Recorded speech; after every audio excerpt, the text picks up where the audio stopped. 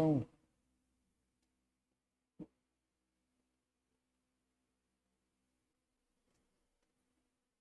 glória a Deus, aleluia, Jesus. Deixa eu ver se está tudo ok.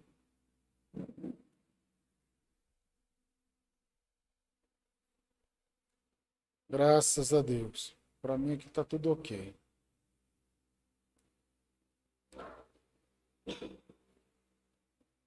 Quem pode ler Tiago capítulo 4, do 1 ao 10? E aí depois eu leio outra tradução para a gente fazer estudos de comparações.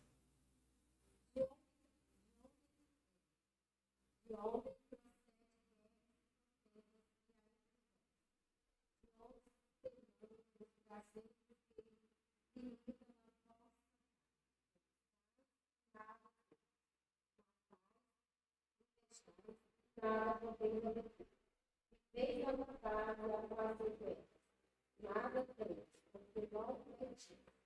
Acredito não receberei, porque acredito não. Para eles baixar os vossos prazeres. E fiéis e não compreendeis que a amizade comigo é o inimigo de Deus. Aquele que quiser ser amigo do princípio inimigo de Deus.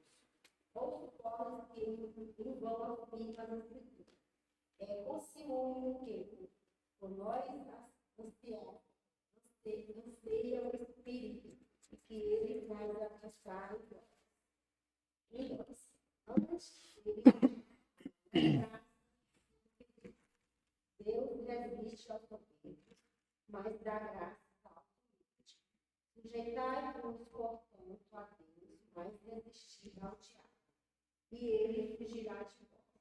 Chegai-vos a Deus, e ele chegará a vós.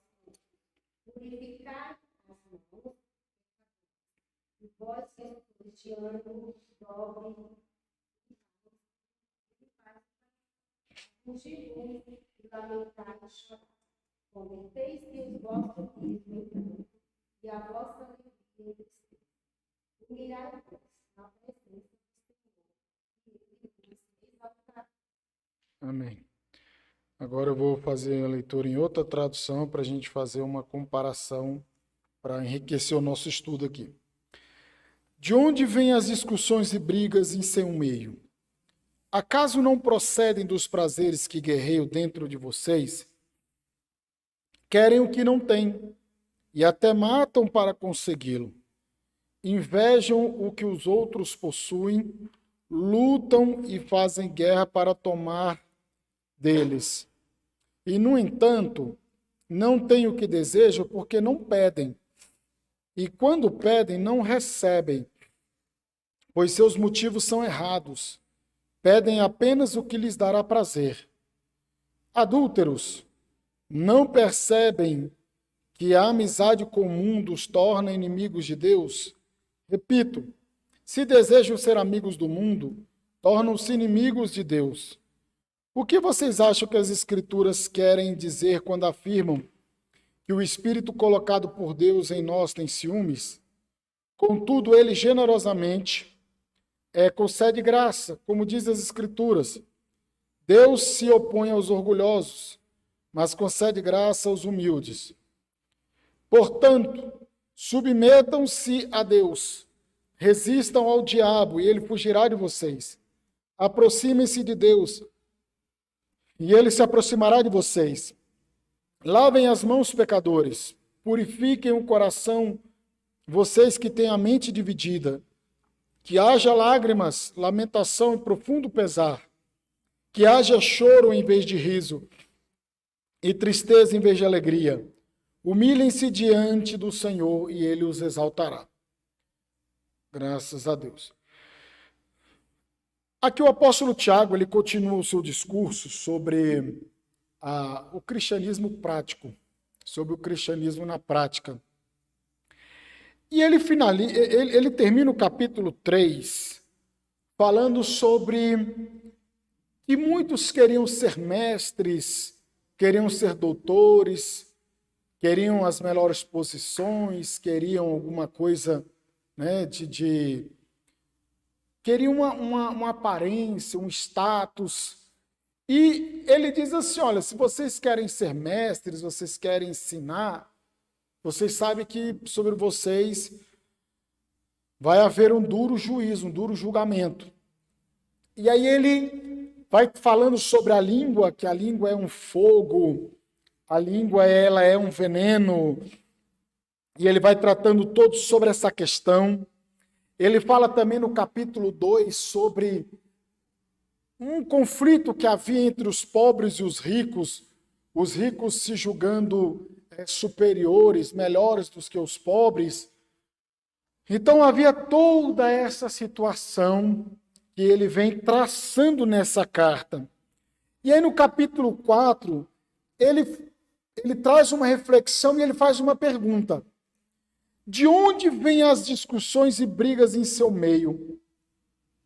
Acaso não procedem dos prazeres que guerreiam dentro de vocês? Aí ele traz a reflexão.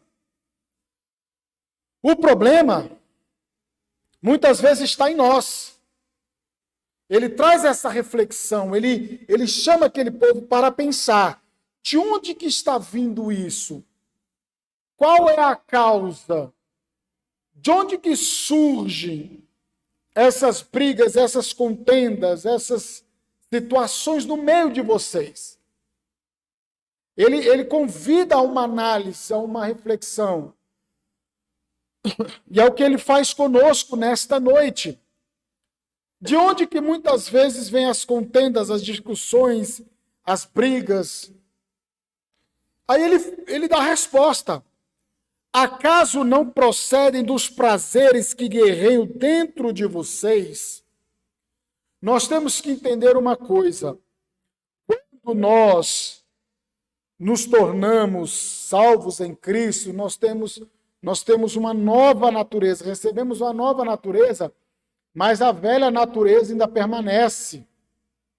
Ela ainda permanece dentro de nós. Ela está em nós. E ele fala que muitas das coisas de eles não receberem porque eles eram carnais, eles eram mundanos, eles estavam nos prazeres, nos deleites, porque aqui a palavra fala que sobre a carnalidade, sobre as obras da carne, em outras traduções fala cobiçam e nada tende, mata, inveja, não podem obter, viveis a lutar e fazer guerras. Porque, por exemplo, a carnalidade, esse povo era carnal e mundano. Esse povo nem sequer orava. Vocês não pedem. Vocês não pedem, nada tende porque não pedes. Não pedis. Ou seja, o carnal ele não tem interesse em pedir. E muitas vezes, quando pedia, não recebia. A pessoa, quando ela está na carne, quando ela está no mundanismo, ela não tem interesse de orar, ela não tem interesse de buscar. Ela tem interesse de estar nos seus prazeres, nos seus deleites, de fazer a sua vontade. E aqui usa-se a palavra prazeres. Porque o pecado, as obras da carne, ele traz prazer. Mas como diz um pastor, traz prazer, mas depois vem a ressaca. Depois vem a conta. Na hora, é uma maravilha. Na hora está muito bom. E ele trata como prazeres. O que é uma coisa prazerosa? É uma coisa boa. Uma coisa que nos alegra. Só que, no que diz respeito às obras da carne, é algo muito complicado. Porque a carta aos Romanos fala que os que andam na carne, eles se inclinam para a morte. Mas os que andam no Espírito, inclinam-se para o quê? Para a vida e paz. E aí Tiago está tratando essa questão. Vocês cobiçam, querem o que não têm, até matam para consegui-lo, invejam o que os outros possuem, luta, fazem guerra, toma deles. É aquela contenda geral, né? E aqui nós estamos analisando que a união, Tem não. Que a união, ela é algo importante e necessário em nosso meio. Salmo 133, verso 1 diz: ó, quão bom e quão suave é que os irmãos vivam em união. E aqui, Tiago está dizendo que o povo está na contenda, está na guerra, está um querendo, invejando o outro, um querendo o que é do outro, e aquela confusão só. Mas de onde que isso procedia? Das obras da carne, das carnalidades, e não era fruto do Espírito, obviamente. A fonte de todas essas guerras está dentro de nossos corações. A essência do pecado é o egoísmo. Eva caiu porque quis ser igual a Deus. Abraão mentiu porque queria se proteger. Acã derrota Israel porque egoisticamente tomou o que era proibido. Somos como Tiago e João, queremos lugar especial no trono. Desejos egoístas são coisas perigosas, elas nos levam a ações erradas. Que ação errada é essa? Cobiça, inveja. Vocês não têm nada, vocês só fazem guerra, vocês não oram. E ainda quando oram e não tem nada, porque ainda oram com a motivação errada. E aí estão na carnalidade, ainda querem orar, ainda o que oram é para esbanjar, ou seja, e quando pedem não recebem, pois seus motivos são errados. Pedem apenas o que lhe dará prazer. Deus não vai responder uma oração dessa. Vai pedir o que apenas vai me dar prazer? E muitas vezes a minha motivação da oração é para eu prejudicar o meu próximo, ou tripudiar sobre o meu próximo, ou eu me exaltar, ou zombar, ou jogar alguma coisa na cara dele. E aí não vai. E o interessante é que não cobiçarás é o 10º e o último mandamento da lei. Vocês observam que o não cobiçarás está na lei de Moisés. E o interessante é que aqui nesse livro traz olha só, esta é uma lista de armas e estratégias usadas nas lutas e disputas da igreja. É quase tão verdadeira que chega a ser cômica. Ou seja, ser engraçado, né? Essas armas aproximam-se em muitas mencionadas por Tiago. Aí aqui ele lista. Mísseis. Para que servem os mísseis? Ataca os membros da igreja à distância. Táticas de guerrilha. Armam emboscada contra alguém que esteja desavisado. Olha só, tem gente que arma emboscada, né? Faz casinha para o outro dentro da igreja. Dentro do meio, do povo. Aí tem outra coisa, francos atiradores. São os críticos com boa pontaria. É aquele que não tem uma palavra de incentivo, de ânimo, não. Mas quando ele abre a boca, ele é o franco atirador. É aquele atirador de elite, né? Ele tem uma boa pontaria para lançar aquela crítica assim, para te derrubar, para te derrotar. E por aí vai. Terrorismo. Ninguém fica imune de ser atingido. Aí tem aqueles que ficam dentro da igreja fazendo terrorismo, né? Aquela coisa toda. Minas. O que servem as minas? Eram colocadas as minas no campo de batalha. Eram colocadas as minas no campo de batalha para quê? Quando a pessoa pisasse, explodia tudo. Explodia. Ou seja, campo minado.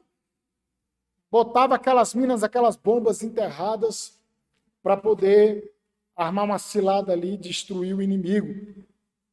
Aí olha só, seu uso assegura que outros falharão e seus esforços de servir a Deus. Aquele, ao invés de ajudar a pavimentar o caminho do irmão. Não. Coloca mina no caminho do irmão. Ele sabe onde estão as minas, aí ele vai para outro lugar e deixa o outro passar para o outro se arrebentar, se explodir ali. Isso acontece. Tiago está falando. Você está falando aqui, vocês, de onde tem essas guerras, essas contendas, essas coisas no meio de vocês? E aí ele está dizendo que essas coisas procedem de uma natureza carnal e pecaminosa. E aí também tem espionagem, né? O uso de amizades para obter informações potencialmente danosas sobre outras pessoas. Uma época, há um certo tempo, nós aconselhávamos uma pessoa e ela falava assim: nunca fui aconselhada dessa maneira, porque a forma que vocês aconselham é para nos instruir e não para indagar e saber qual é o pecado para poder correr e contar para o outro. Já aconteceu isso em aconselhamentos que a gente já fez. Que tem pessoas que usam essa tática da espionagem, né? Vai com aquela coisa de aconselhar, mas na verdade quer indagar, né? Quer saber, quer curiar, como diz, né? Para depois espalhar por aí afora. E aqui diz: espionagem, uso de amizades para se obter informações potencialmente danosas sobre outras pessoas. Tática de guerra. Propaganda. O uso da intriga para difundir informações prejudiciais sobre os outros. Agora a moda é fake news, né? Então tem aqueles que fazem fake news dentro da igreja, né? Inventa um bocado de propaganda, em vez de propagar o evangelho, não, fica propagando notícias enganosas, coisas enganosas a respeito da igreja. Guerra Fria. Coloca em gelo um oponente ao se evitar ou a recusar manter diálogo com a pessoa. Aí dá aquele gelo, né? Sai fora, fica naquele tratamento ali. O que foi a Guerra Fria? A Guerra Fria foi a guerra dos Estados Unidos contra a União Soviética. Ficava aquele negócio ali, aquele chove não molha, né? Cada um ali, aqui, acolá, aquele tratamento meio assim. E ataque nuclear mantém o usuário desejoso de sacrificar a igreja se os alvos do seu grupo não forem atingidos. Tiago nos mostra a localização exata das usinas de fabricação de todas as armas. O problema está em nós mesmos. Ele traz essa reflexão. De onde vem tudo isso? Senão dos prazeres que militam na nossa carne. É isso que a nossa carne, que a nossa natureza humana, ela quer. Fazer todo esse tipo de abominação aqui. Em algumas traduções fala assim, adúlteros ou infiéis, mas o certo é adúlteros. Porque nós somos como a noiva de Cristo. Cristo é o noivo e a igreja é a noiva. É como uma relação de marido e mulher. Por isso que alguns traduziram como infiéis, mas a NVT traz correto, dizendo que é adúlteros. Não percebem que a amizade com o mundo os torna inimigos de Deus? Repito, se desejam ser amigos do mundo, tornam-se inimigos de Deus. Não tem como nós sermos amigos do mundo e amigos de Deus. Não podemos servir aos dois senhores, porque um há de ser aborrecido. E aí ele fala que adúlteros não percebem que a amizade com o mundo torna inimigo de Deus. Quem quer estar em guerra contra Deus? Você quer estar em guerra contra Deus? Eu quero estar em guerra contra Deus? Eu não quero, nem você quer também. Porque se nós guerrearmos contra Deus, a gente vai perder. E perder, como se diz, de lavada, né? A gente perde feio.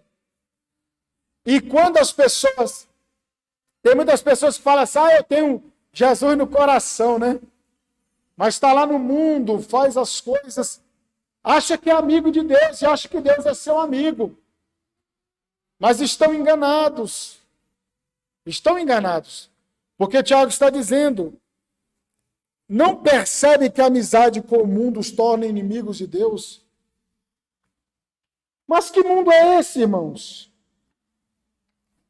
Esse mundo aqui é o sistema, a sociedade humana com seus valores, princípios, filosofia, vivendo a parte de Deus. É um sistema mundano, é um sistema corrompido. É esse o mundanismo, porque nós temos um mundo que é no sentido de humanidade, nós temos o mundo no sentido do planeta Terra, do nosso mundo no que vivemos, que habitamos, o planeta que habitamos, e tem o mundanismo. Então é o contexto que vai te mostrar, te indicar o que ele está querendo dizer. Quando você lê todo o contexto, os versículos que vêm antes e depois, é que você começa a entender que mundo é esse. E o que diz lá na primeira carta de João, capítulo 2, do 15 ao 16. Abra lá, por favor. 2, 15.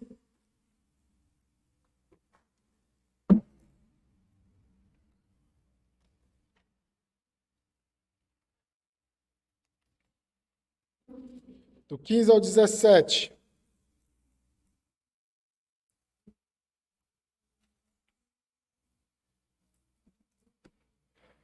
Quem encontrar pode ler.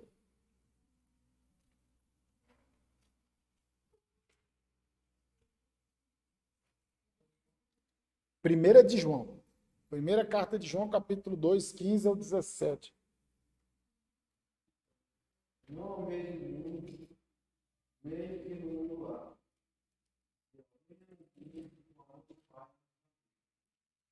Porque tudo que há no mundo há consciência na dos olhos e a soberba da vista. Não é do claro. E muito baixo. Aquele que fala a vontade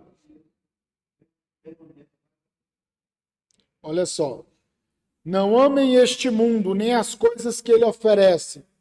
Pois quando amam o mundo, o amor do Pai não está em vocês. Porque o mundo oferece apenas o desejo intenso por prazer físico, o desejo intenso por tudo que vemos e o orgulho de nossas realizações e bens. Isso não provém do Pai, mas do mundo. Este mundo passa, e com ele tudo o que as pessoas tanto desejam. Mas quem faz o que agrada a Deus vive para sempre. É o que o apóstolo João está aqui em concordância com o apóstolo Tiago. E essa amizade com o mundo, ela pode acontecer de uma forma gradativa. Ela pode ir acontecendo aos poucos. Como? Ou você é amigo do mundo, ou você vai sendo contaminado pelo mundo. E Tiago, capítulo 1, verso 27, ele falava que a religião pura, sem mácula e tudo, e ele vai falando que é visitar os órfãos, as viúvas e suas necessidades, e se manter incontaminado do mundo, com o mundo. Então você pode, e eu posso, ser contaminado com o mundo. Outra, amando o mundo como a gente leu. Quarto, conformando-se com o mundo. E a gente cita Romanos capítulo 12, versículo 2. Não vos conformeis com este mundo ou com este presente século, mas renove o seu entendimento para que você experimente a perfeita, boa e agradável vontade de Deus. E há algumas traduções que diz assim: não se amoldem ao mundo, não tomem a forma do mundo. E infelizmente, muitas igrejas, muitos têm tomado a forma do mundo, têm se amoldado ao mundo. Ao invés da pessoa se adequar ao evangelho, se adequar à palavra de Deus, muitos pastores estão adequando o evangelho ao gosto do freguês, né? Ao gosto da pessoa, e não pode ser assim. Nós que temos que nos enquadrar na palavra de Deus, não a palavra de Deus se enquadrar em nós, porque aí senão as coisas estão sendo, os papéis estão invertidos, as coisas estão sendo invertidas. E aqui, o resultado é ser condenado com o mundo. Assim seremos salvos como que por meio do fogo. A amizade com o mundo é uma espécie de adultério espiritual. O crente está casado com Cristo. Nós estamos casados com Cristo. E quando a gente está casado com Cristo e a gente ama o mundanismo, a gente está cometendo um adultério. Vocês podem observar ao longo do Antigo Testamento, todas as vezes que Israel pecava contra Deus, indo após os ídolos, Deus fala que era uma espécie de um adultério. Chamava o povo de adúltero, porque estava adulterando, estavam maculando, manchando o relacionamento de Deus com eles e deles com Deus. Estava havendo uma mancha nesse relacionamento. E Deus tratava nesse sentido, na questão de um ato de adultério, que estava sendo adulterado. Quando alguém adultera a gasolina do carro, como é que o carro fica? Fica aquela tribulação, aquele engasgo, aquela bagunça tudo, porque foi introduzido um elemento que não era para pertencer ali. E não faz parte aquela água, aquela adulteração, aquela coisa ali, não faz parte daquilo ali. Então, quando ela entra no meio, ela causa problemas, conflitos, e o carro engasga, queima bomba de gasolina às vezes, e queima pico de injeção e vira aquela bagunça. Porque houve um elemento estranho ao que não era para estar, e o que não era para entrar. E aí Tiago está dizendo, olha, toda essa situação de contenda que há no meio de vocês está vindo por causa da atitude carnal de vocês, da carnalidade de vocês. E vocês estão se constituindo inimigos de Deus por conta dessa situação que vocês estão abraçando e dessa forma que vocês estão vivendo. E aí, vamos dando sequência aqui aos versículos. Versículo 5. O que vocês acham que as Escrituras querem dizer quando afirmam que o Espírito colocado por Deus em nós tem ciúmes? Contudo, ele generosamente nos concede graça. Como diz as Escrituras, Deus lhe opõe aos orgulhosos, mas concede graça aos humildes. Olha só. Aqui ele vem dizendo que a carne é a nossa velha natureza. A carne não é o corpo. Tá? Não é o corpo. Porque é o seguinte, o corpo em si, ele não é pecaminoso. O uso que eu faço desse corpo aí pode se tornar algo pecaminoso, pode ser pecaminoso. E a carne, outra também é o que você vai entender, é o contexto. Porque no grego é fácil de você ver qual é a diferença. O grego ele usa palavras diferentes para falar de carne. Ele usa, para falar do corpo, ele usa a palavra soma. E para falar da natureza carnal, natureza pecaminosa, a velha natureza, ele usa uma palavra chamada sarx. E quando você lê no grego, quando você bate o olho em sarx, você sabe que é natureza carnal. No nosso português, não, carne é carne, tudo é carne. Aí você tem que entender o que o escritor está dizendo para você entender que carne é aquela. Porque a carne também pode ser o nosso corpo, ou pode ser a nossa natureza humana, ou pode ser o ser humano. né? O ser humano, como algumas traduções colocam. Então aqui, ó, diz que o espírito pode usar o corpo para glorificar a Deus, ou a carne pode usar o corpo para servir o pecado. Na conversão, recebemos uma nova natureza, mas não perdemos a velha. Ela precisa ser crucificada. Essas duas naturezas estão em conflito. Gálatas 5,17. E é isso que Tiago diz no versículo 1, que há uma guerra que há entre nós por causa dos prazeres que militam na nossa carne. Há uma militância, há uma guerra na nossa carne, no nosso íntimo, na nossa natureza. E Gálatas 5,17, quem pode abrir aí para ler?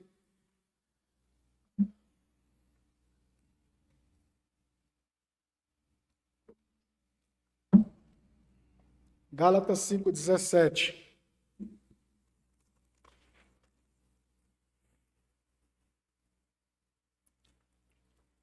Porque a carne cobiça contra o espírito, e o espírito contra a carne. E este opõe um ao outro, para que não façam. Amém. A guerra, a carne se opõe ao espírito para que não faça o que deve ser feito. Há uma guerra entre a carne e o espírito. Eu gosto sempre de usar essa ilustração, e vocês já sabem, eu já usei aqui com vocês. Quem já brincou aqui de cabo de guerra? Quem já brincou de cabo de guerra aqui? Não é possível que ninguém brincou de cabo de guerra, não. Vanderlan, o Dom Gaspar. Cabo de guerra. Quem é que ganha o cabo de guerra? Quem tem mais força e quem leva. É assim, é isso que vocês têm que ter em mente. Quando vocês estiverem estudando a palavra, visualizem, entre na história, visualize aquilo acontecendo, porque aí você consegue assimilar melhor o que você está lendo. Então é basicamente isso. De um lado está a carne, do outro lado está o espírito. E aí, o que mais for alimentado é esse que vai se opor e vai ganhar. É o que vai ter mais força, é o que for mais alimentado. E assim acontece nas nossas vidas. Então, se opõe, há uma guerra. Há uma guerra. Nossa vida ela é constante, por isso a necessidade da oração, do jejum, do estudo sistemático da palavra, da busca, porque se a carne tomar conta de nós, dentro de nós só vai ter isso, cobiça, guerra, inveja, contenda, não vai querer orar, e quando for orar, ainda ora com a motivação errada, só fica naquela oração, me dá, eu quero, e não tem aquela oração de rendição, aquela oração, né, de gratidão, porque tá na carne, não sabe nem o que vai orar, não tem nem desejo de orar, e quando ora, ainda ora com a motivação errada. Olha só que coisa triste. E a carne, irmãos? Interessante que ele fala assim que ou supondes que em vão afirma a Escritura, é com ciúme que por nós anseia o Espírito, que ele fez habitar em nós, antes ele dá maior graça pelo que diz, Deus resiste aos soberbos, mas dá graça aos humildes. Há algumas traduções mais novas, coloca esse Espírito aqui com E minúsculo, não Espírito Santo de Deus.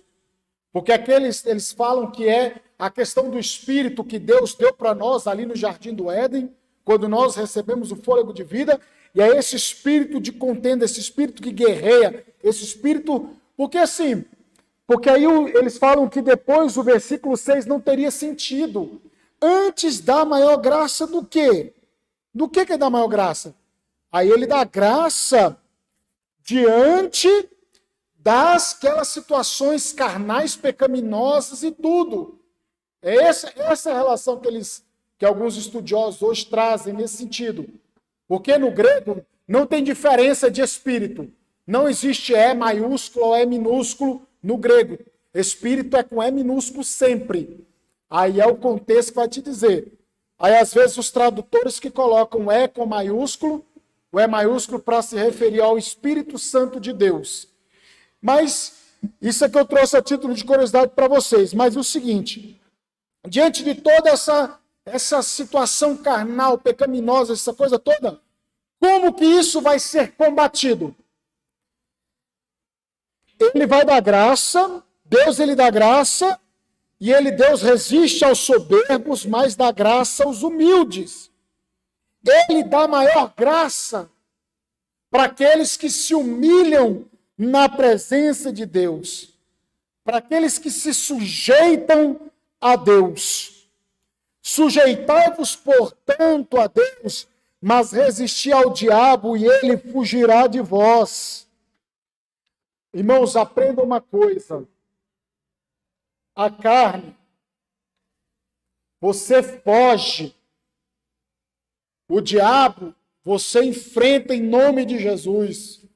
O diabo, você resiste no nome de Jesus Cristo. Não foi assim que Jesus fez quando ele foi tentado? Não foi dizendo não. Ele disse não.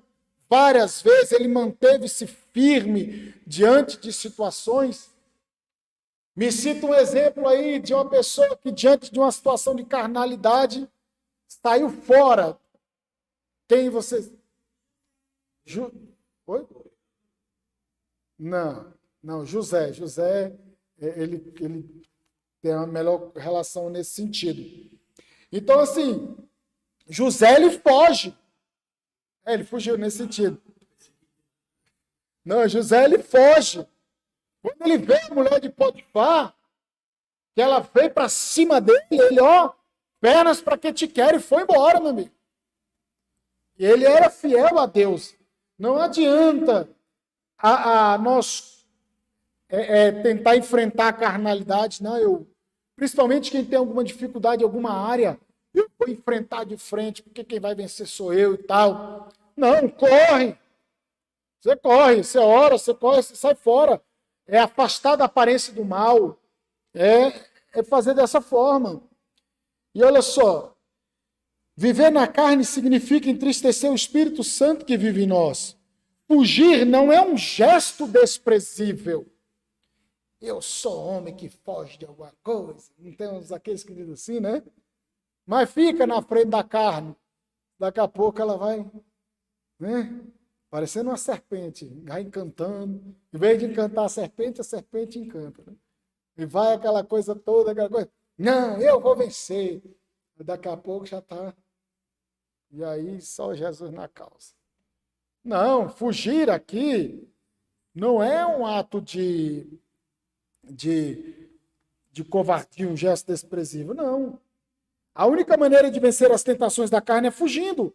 Fugindo do lugar, fugindo das circunstâncias, fugindo das pessoas. É assim que funciona. Eu cansei de ver pessoas que estavam firmes na presença de Deus lá no presídio, buscando a Deus, fervoroso e tal, aquela coisa toda. Aí, de repente, como eu passei 3 anos e meio, eu vi uns entrando e saindo um bocado de vezes, né? Quando você fica muito tempo na cadeia, você vê um bocado de gente entrando e saindo, sei lá. Aí eu falei assim, mas esse camarada saiu, já está voltando de novo. Sabe o que acontecia? Ele estava lá dentro, buscando a Deus, focado, centrado. Aí quando saía, o que ele fazia? Ele ia lá atrás das amizades. Ele ia de novo com as amizades. Quando eu saí, eu caí fora das amizades. Eu não procurei. Olha,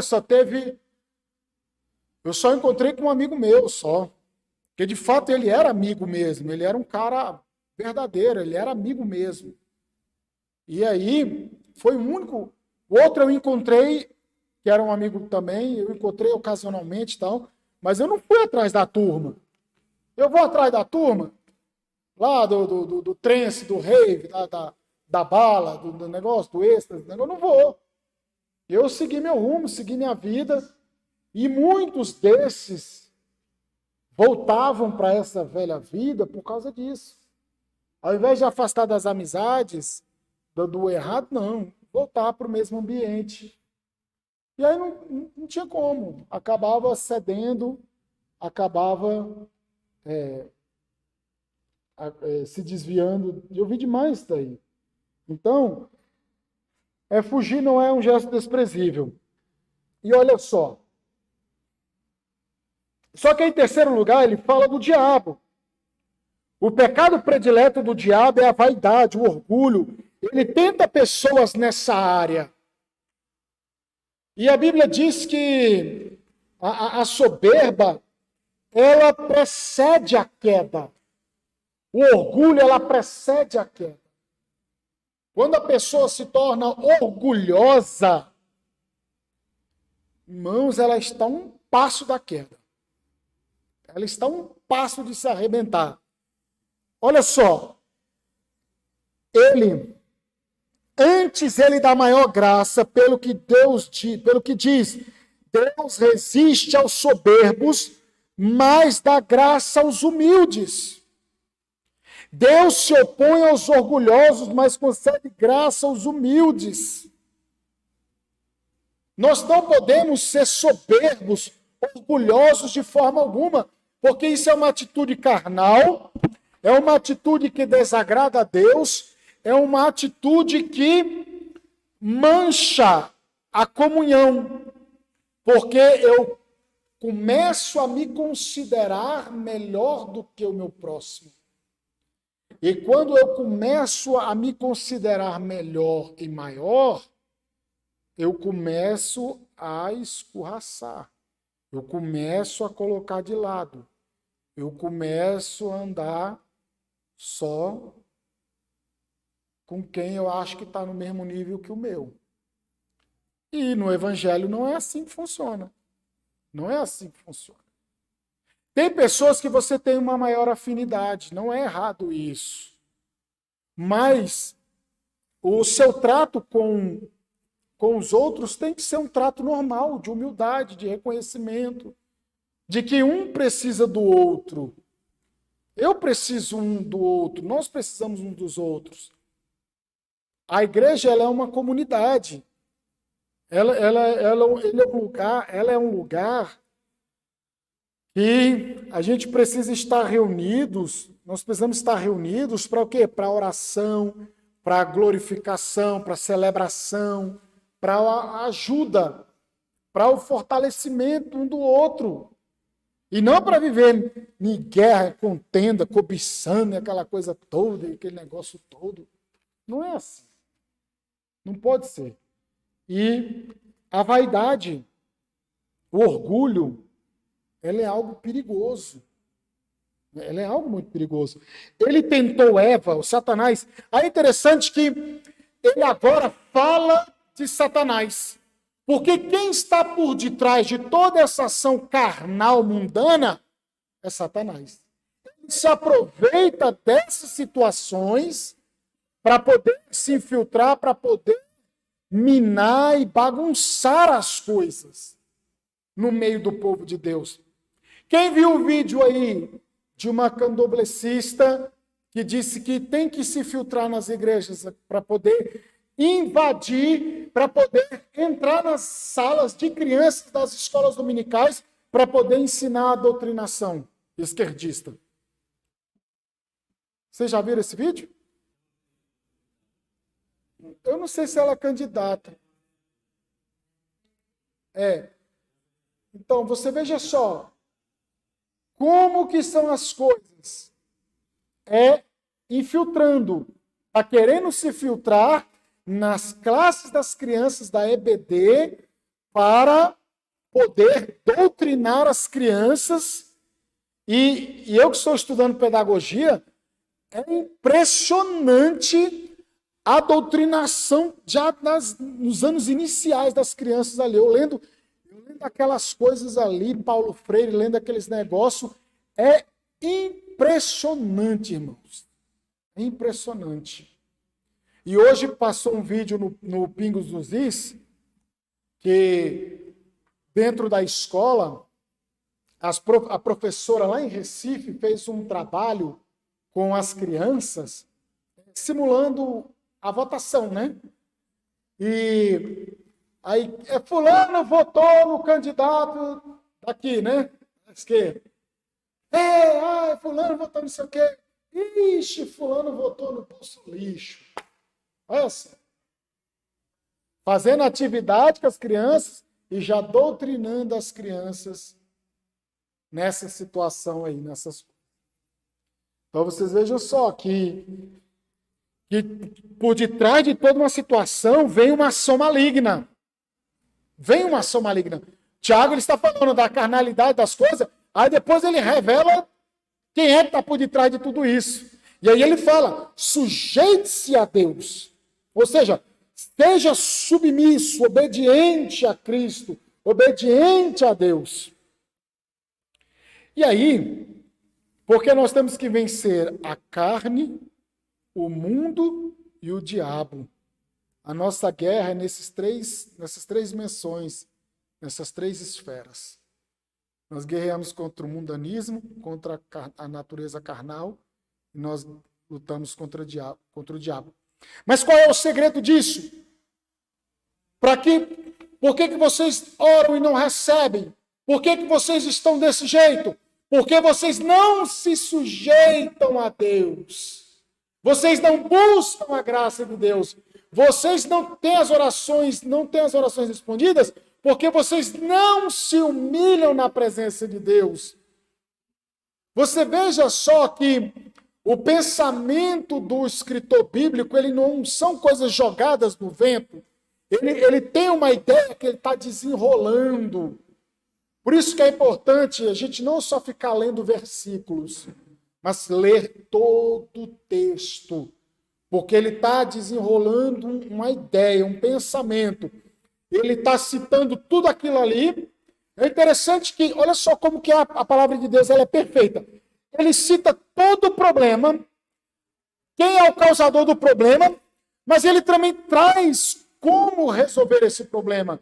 Como se sujeitando a Deus, sendo submisso a Deus, se humilhando diante de Deus. Porque quando você se humilha na presença de Deus, com orações, jejuns, quando você tira aquele momento para uma busca, um fortalecimento espiritual, Deus derrama graça. Aí quando ele derrama graça sobre nós, aí já não tem espaço, e não é para ter espaço para essas guerras, essas contendas, esses problemas. Irmãos, nós precisamos procurar entender um ao outro. Nós precisamos procurar, no nosso meio, andar de forma que Deus se agrade, andar de forma que a nossa comunhão, o nosso relacionamento se estreite. Porque quando há essa união, há essa sintonia de ideia, aí Deus derrama graça, Deus manda graça. Aí o que vem com a graça de Deus? Vem o quê? Vem presença poderosa do Espírito Santo de Deus, vem manifestação dos dons, vem todas aquelas maravilhas, milagres, e Deus opera no meio, e vidas são salvas, porque o evangelho é pregado, as pessoas entendem o que é pregado, e Deus começa a operar e agir no nosso meio.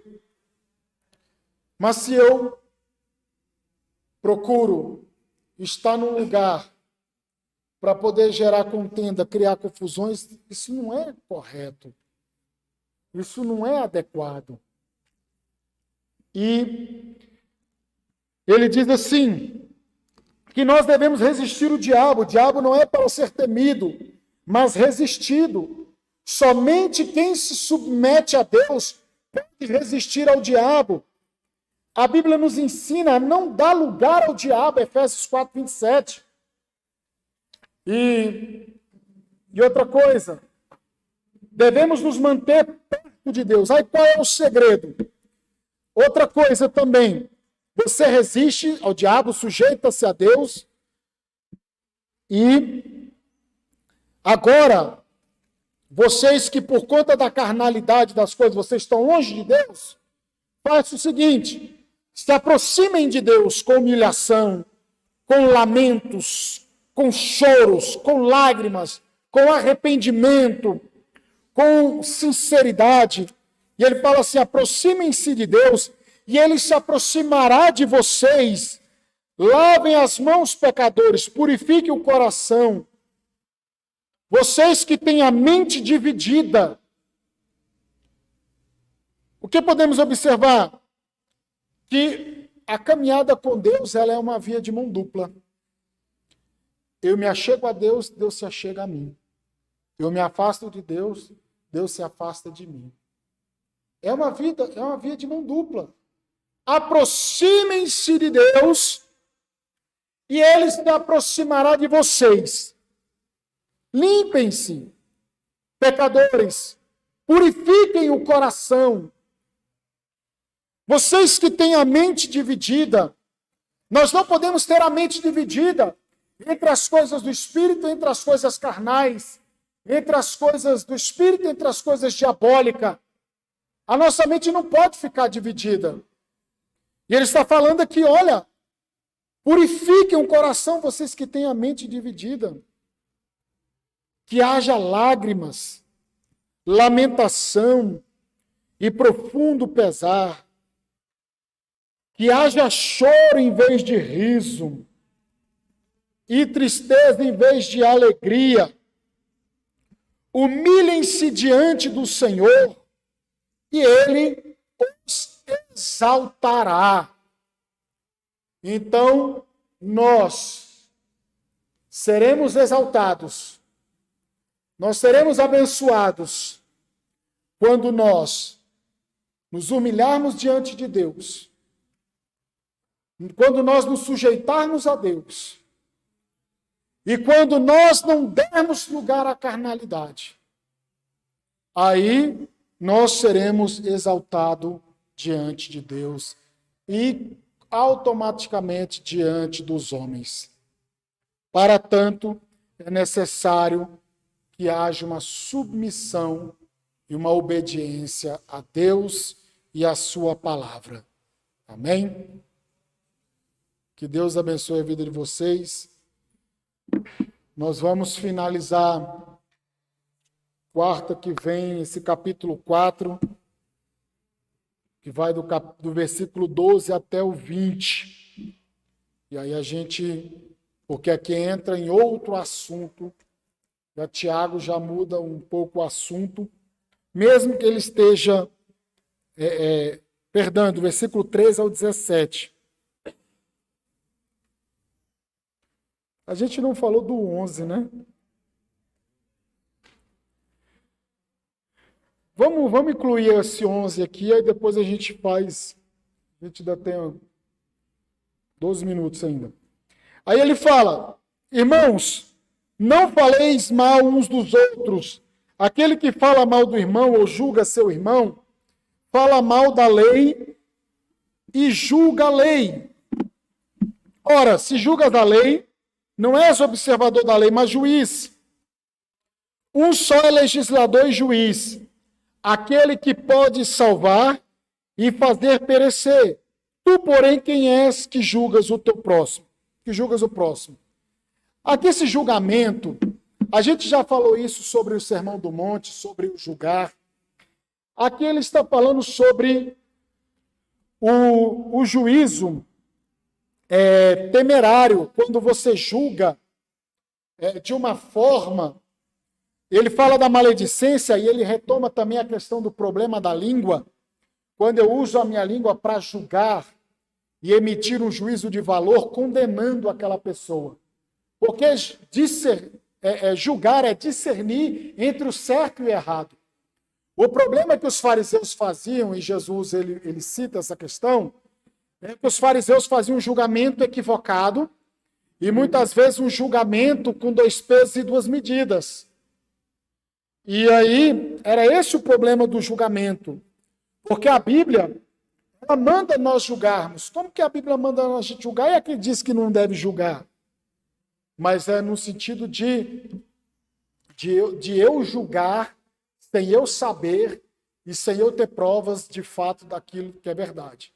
Quando eu emito um juízo de valor, que eu acabo maldizendo meu irmão e acabo prejudicando meu irmão através desse julgamento. E isso é uma coisa muito perigosa. Então, por isso que, diante de situações, nós temos que saber os dois lados da moeda. Nós temos que confrontar as duas verdades para poder você chegar a um consenso, a você chegar a um denominador comum e poder fazer a coisa certa, a coisa correta. Então, é esse o sentido, né, de você falar mal, de julgar, de condenar, é nesse sentido, sem você saber ao fato se é aquilo mesmo. E mesmo que seja aquilo que foi realmente constatado, a gente não tem também que ficar saindo falando pelos quatro cantos também não. Né? Pelo contrário, procurar orar, procurar orientar, procurar abençoar, procurar ajudar. Amém? Agora é amém mesmo. Bom, vamos ficar de pé em nome de Jesus. Que Deus abençoe a vida de vocês. Amanhã pela manhã, círculo de oração. À noite, a partir das 8 horas, nós temos oração aqui na igreja. Venha buscar a Deus. Nós estamos orando, buscando a Deus, pedindo fortalecimento, pedindo graça de Deus. Amém? Quando forem orar, ore pela irmã Margarete, ore também pela irmã Marlene. Essa semana eu fui lá para ministrar a ceia para ela, mas eu nem fui porque ela não estava se sentindo bem. Ela estava deitada, estava com, acho que, labirintite atacada. E aí nós preferimos não ir lá para ela não ter que se levantar e tudo. Mas ela também está precisando de oração. Vamos orar? Senhor Deus e Pai, em nome de Jesus, nós te louvamos e te agradecemos, ó Deus, por este momento, por esta oportunidade de estarmos aqui aprendendo a Tua palavra, Senhor. Ó Deus amado, que o Senhor nos ajude a colocarmos em prática, para não sermos ouvintes esquecidos, ó Pai. Meu Deus, confirma a Tua grande obra, o Teu grande milagre sobre o Teu povo. Assim como o Senhor nos trouxe em paz, leva-nos em paz, Senhor. Nós te pedimos também, visita a Tua serva, irmã Margarete, meu Pai, dê saúde à Tua serva. Repreende todo o mal contra a vida dela, Senhor. Ó Deus amado, sustenta como um forte. Visita também, Senhor, nossa irmã Marlene. Visita a Tua serva, meu Senhor. Repreenda essa labirintite, meu Pai, esse mal que tem afligido a Tua filha. Meu Deus, dê saúde para que ela possa estar em sua casa te louvando e te agradecendo, meu Pai. Guarda-nos, Senhor, debaixo das Tuas potentes mãos, Senhor, em nome de Jesus Cristo. Em nome de Jesus. Estenda as suas mãos.